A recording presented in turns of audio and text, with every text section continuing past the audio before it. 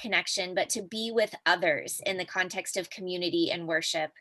And though this medium is odd, I found myself really grateful to gather with this community this evening to hear about good things that are afoot.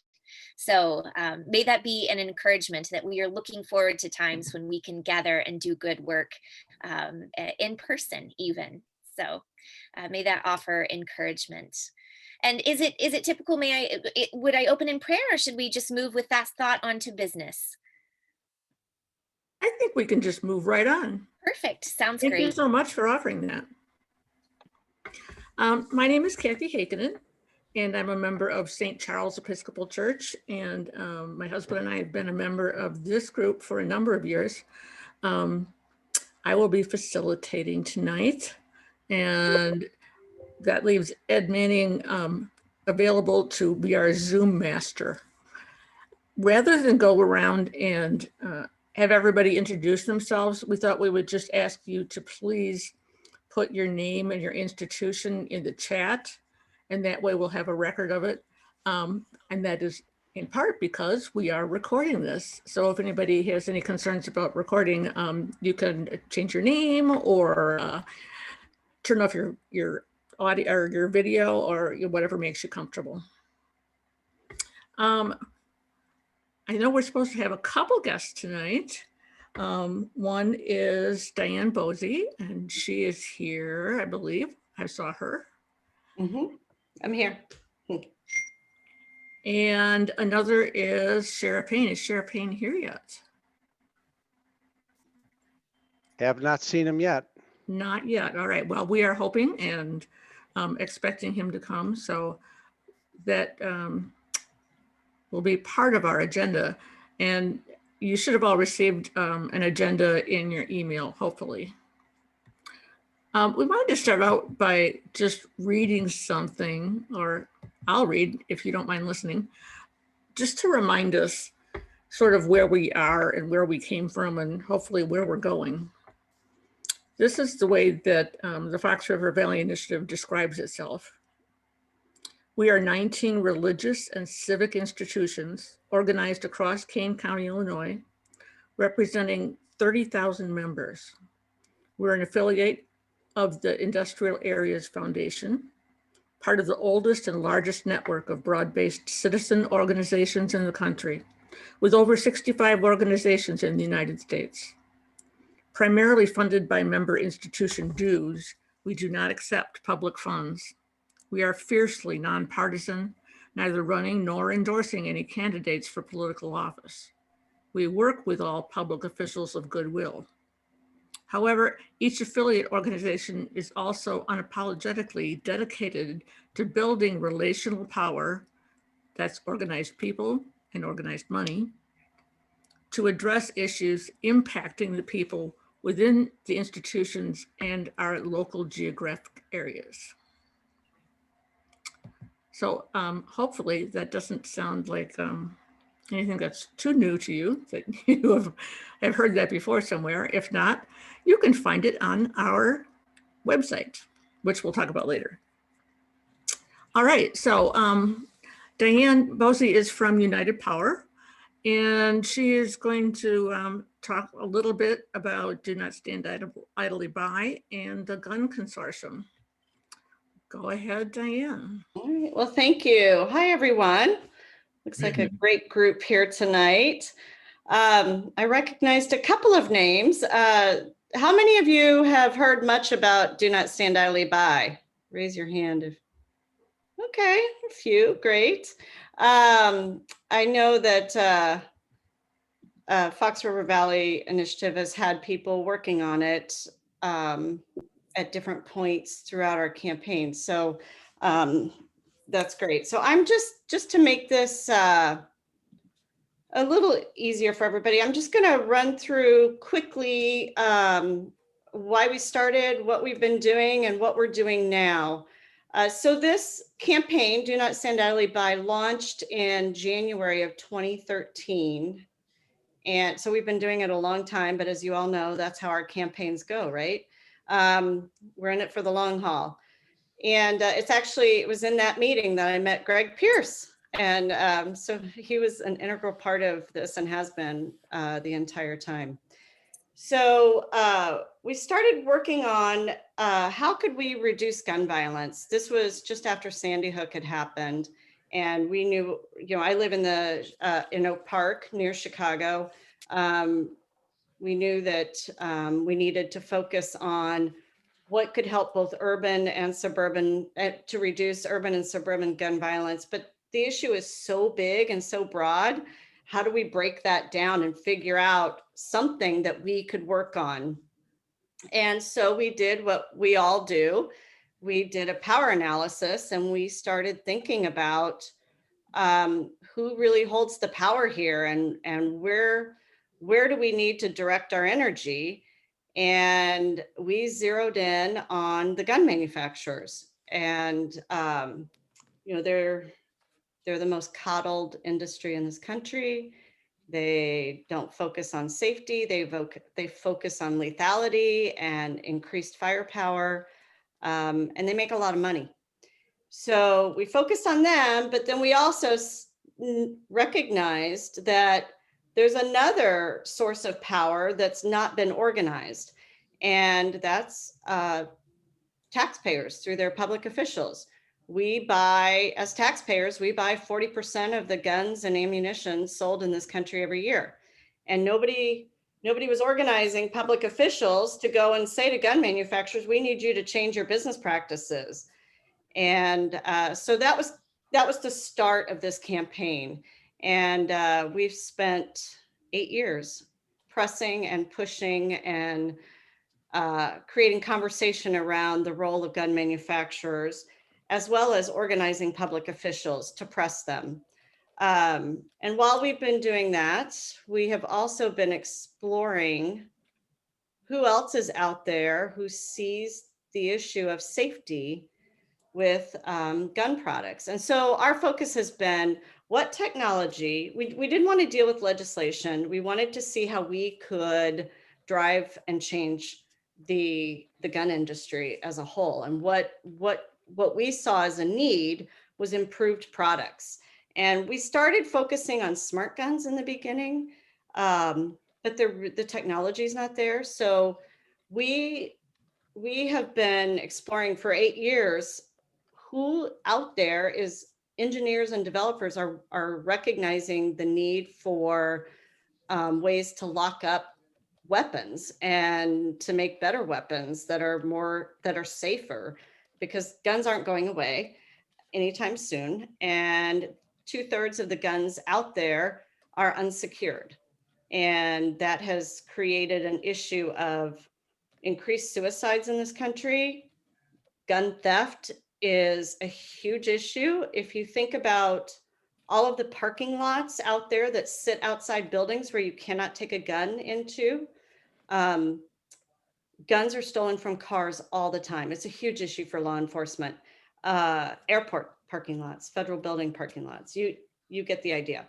So that's a huge issue. And then accidental shootings is another big issue, and is definitely, and you've seen all the headlines, all of this, it's all been on the rise. So our focus has been what's out there that can get people to lock up their guns, including law enforcement. Law enforcement doesn't lock up their own service weapons. That's another issue. So we have found entrepreneurs through our work who have great ideas, but have very limited resources and do not have a good way of getting their products into consumers' hands. And a lot of them need their products tested. And so again, remember, we've been organizing public officials all along. And in 2019, we were presenting a lot of our ideas and the work we've been doing for the past 8 years to the US Conference of Mayors, and talking about some of these products that are out there. And Mayor Cranley of Cincinnati heard this and he said, I want to work with you. I want to figure out what we can do. And so together, we have launched what's called the Gun Safety Consortium. So there's Do Not Stand Idly By, which is the Metro IAF campaign. And then from that, we now have the Gun Safety Consortium. And we launched in January of 2020, which was not a good time to launch anything if you think back to January of 2020. So when we went into shutdown in March, so did all of our public officials and law enforcement and everybody, as you all know what happened in the last year. So in September, October, we really started ramping up again. And we have 12 jurisdictions who have made a financial commitment, including Kane County, the Sheriff's Department. They made a financial commitment to join the Gun Safety Consortium, and their officers are testing these products. And our first cohort, which we were really kind of testing this process out, included Kane County in November and December, and they tested 2 products. And part of this process is giving these entrepreneurs and developers feedback. And it worked so well that one of the developers pulled their product, and they're revamping their product, and then we'll put it back into the testing process later. Our second cohort started just in January, or actually they started in February. So they're still testing right now. And we're working to recruit more members to the Gun Safety Consortium. Our members are from Connecticut to Ohio to Michigan to Florida to Illinois. Park Ridge is a member, just like King County.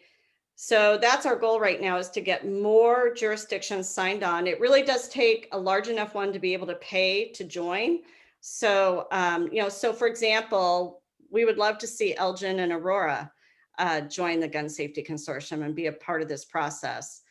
And Sheriff Hayne has reached out to the Elgin Police Chief once, but we need to go back again and meet with her. So that's where we are right now. We're very excited. April 20th, we're launching a request, an RFP, a request for proposals from developers out there to get more products for testing. And that will be our first big public event. And so right now we're even offering the opportunity for municipalities to sign on to the RFP, but not necessarily commit to the consortium itself. So that's happening as we speak. And just so you have a sense of what I'm talking about, most guns are sold with a cable lock like this. Can you all see that? Okay, so these, if you can imagine, I've got a demo gun here. This is not real. This is a demo gun. This is not going to keep anybody from being able to use this gun.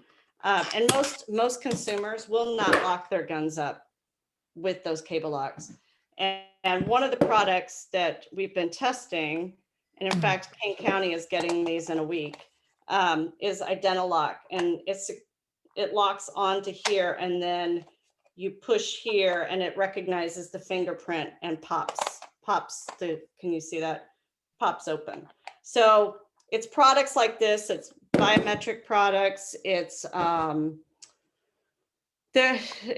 amazing that over the last 8 years, the technology for this has just gotten better and better. So we're just getting this incredible line of products that law enforcement is testing right now. Different types. There's also this push for, because of police issues, there's a push for products where police have their guns in a holster that actually is recognized at precinct headquarters, and they can tell if the gun's been drawn. And so those types of products are things that we will be looking at through the RFP. Any questions? Hey, Diane, I have a question for you, Diane. How accurate is that biometric lock? I mean, is it something that sometimes it doesn't register and you can't get the gun out? What are the arguments that are going to be presented against it? So that's and that's one of the things that's been a challenge all the way along on this, is that the manufacturers make money by these types of products not being available. And so the big push has been, well, biometric doesn't work. It doesn't work at all. And there are some issues with it. And that's one of the things that, and that's one of the reasons we wanted law enforcement testing it, is because if law enforcement buys into this, consumers will buy into it. So that is the focus of everything we're doing. And the hope that law enforcement will actually secure their own weapons too. So yes, some of the biometrics are better than others. One of the products that's been being tested is a company called Vara Safety. Timmy O created this, and all these developers are like my children's ages, right? They're all these amazing, genius 20-year-olds who are doing this. He created this product that looks like a holster, but it secures to a table or to a car. It could be in a car glove compartment. And the gun actually sticks in it, and then it's got a biometric piece and you pull it out. And I will say there were things that law enforcement, so far it's still being tested, but in the first round, there were things that they said they didn't like about the product, and mostly from a law enforcement standpoint, it didn't allow for the flashlight they all have on their guns, and they love trying to break things. And so they were all like figuring out how to break it. So now he's changing the plate it sits on because they were able to destroy that. And so he's fixing some of those things. But the one consistent comment we got back on his product was that the biometric piece was amazing. They were blown away by it. So that's been a boon for us in terms of being able to say, we're not endorsing any of these products, but being able to say, see, there are ways for this to happen. This technology is happening. So great. That was a long answer to your question. Thank you. Diane, you mentioned the buy-in of law enforcement and their, I guess, initial purchase. I've heard a few numbers floating around, like 10,000 or something. What's the, it seems like it would be prohibitive. Is that, can you speak to that? Yeah, for sure. So we have a different entry level price point based on the size of the jurisdiction. So for example, Park Ridge joined for $2,500. It's a community of 37,000 people. They joined for $2,500. And by joining, you're part of the testing process, part of the steering committees, part of driving direction. We're also looking at distribution issues and those sorts of things. But if you're, quite frankly, if you're smaller than about 35,000, it just doesn't make sense. You don't really have enough people to do this process. And money is an issue for these police departments. So one of the things we have been looking at is, can we join smaller communities together so that they can join together and test products? So for example, Highland Park, Deerfield, and Highwood, I believe, are looking at that model. There are communities on the south side. The law enforcement in the state was divided into districts, and we're looking at communities on the south side that don't have a lot of resources that would like to participate by district, where it's a group of communities, so that they could join at a price point that works for them. The highest amount so far has been 10,000, and that's for, like Kane County was 10,000. NYPD would be 10,000. We're working with them, and they just keep bulking it. With their $5 billion budget, they're bulking at 10,000. So they're, we're continuing to press and work for the larger cities like Chicago and New York and LA to join. And provide those larger sums of money that will help support the consortium. I think Rick Lothrop has a question. Yeah, prior to 2016, you had been doing some work with the administration, and at one point, President Obama had signed an executive order that started to reach out to the military, because they buy a huge amount of firearms every single year. Has there been any discussion of trying to restart that process with this administration? Yeah, so so that was one of our wins back in 2016? 26, yeah, when President Obama issued his executive orders, we had been pressing and pressing and pressing the White House, and really it was Senator Murphy out of Connecticut that moved our agenda to the front with President Obama, and we ended up, he used all of our language for one of his executive orders. And what it had to do with was, as we were saying, we were trying to organize public dollars, right? Public officials and public and military to say, look, you've got power here. You have the right to demand that gun manufacturers change their behavior, whether it's through distribution or the products that they produce. And in this executive order, he basically said that they would work towards requesting through their process when they do an RFP to like, they had a $500 million contract up with Glock, I believe, and they were doing an RFP. And we said, well, why wouldn't you make a requirement that they have to be working to create safer products, or that they have to improve their distribution? So that was the whole basis of that. And then also creating specific requirements for smart guns. There's been so much pushback on smart guns. Part of the problem has been that New Jersey pushed through a mandate that once a smart gun was available, then everybody had to make smart guns. And it was our affiliate in New Jersey that fought that, and it finally got rolled off. We don't support mandates. That's not going to help. We're trying to do this through market demand. We're trying to prove there's a need, and we're trying to create that market.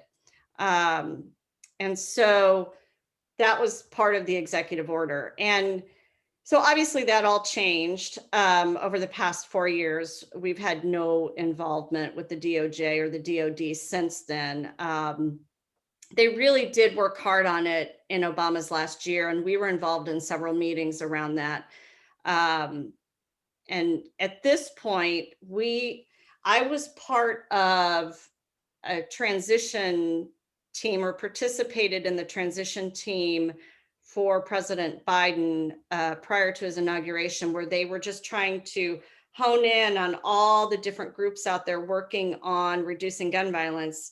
And, we always end up at the same table with the Gabby Giffords group, with the Brady group, with Moms Demand, and all of that.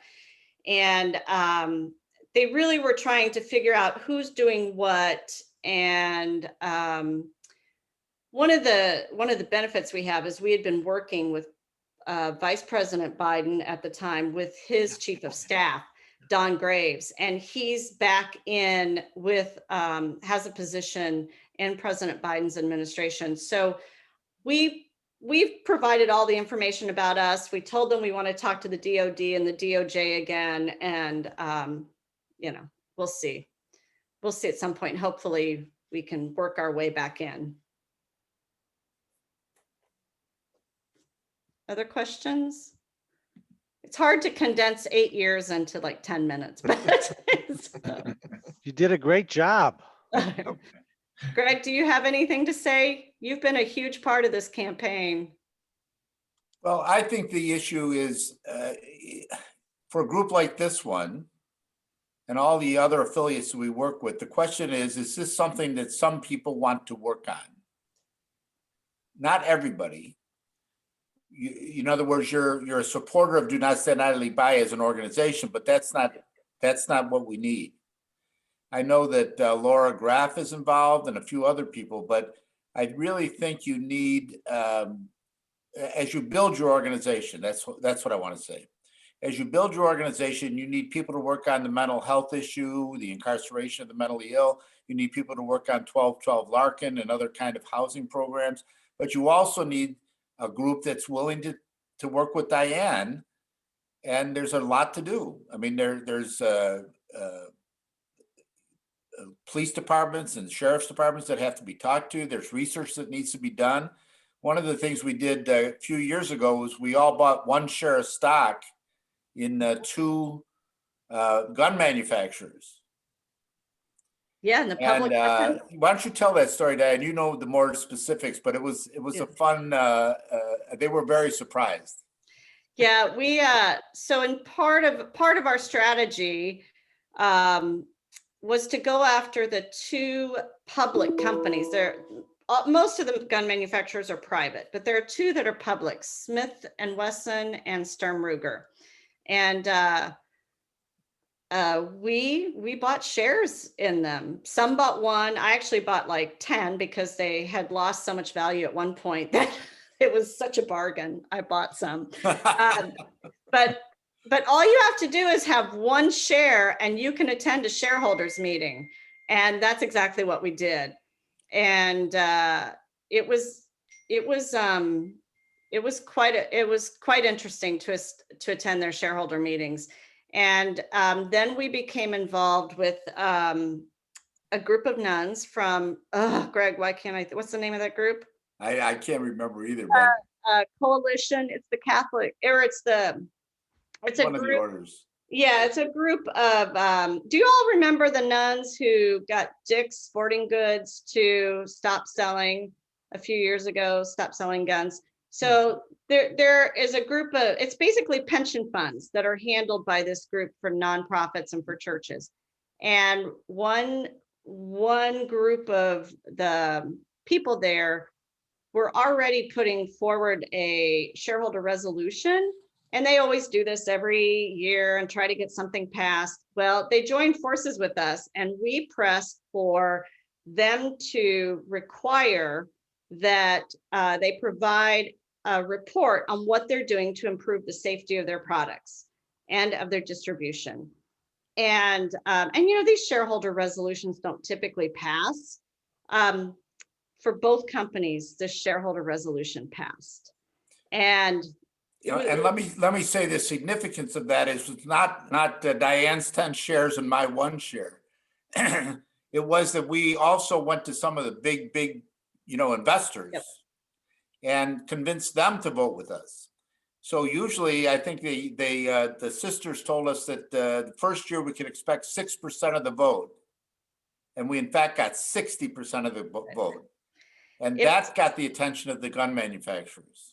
And it was, you know, it was the big financial institutions like BlackRock, and one of our rabbi who's a member of our affiliate in New York. One of the executives at BlackRock is a member of his congregation, and he went to him and said, "You need to vote for this resolution.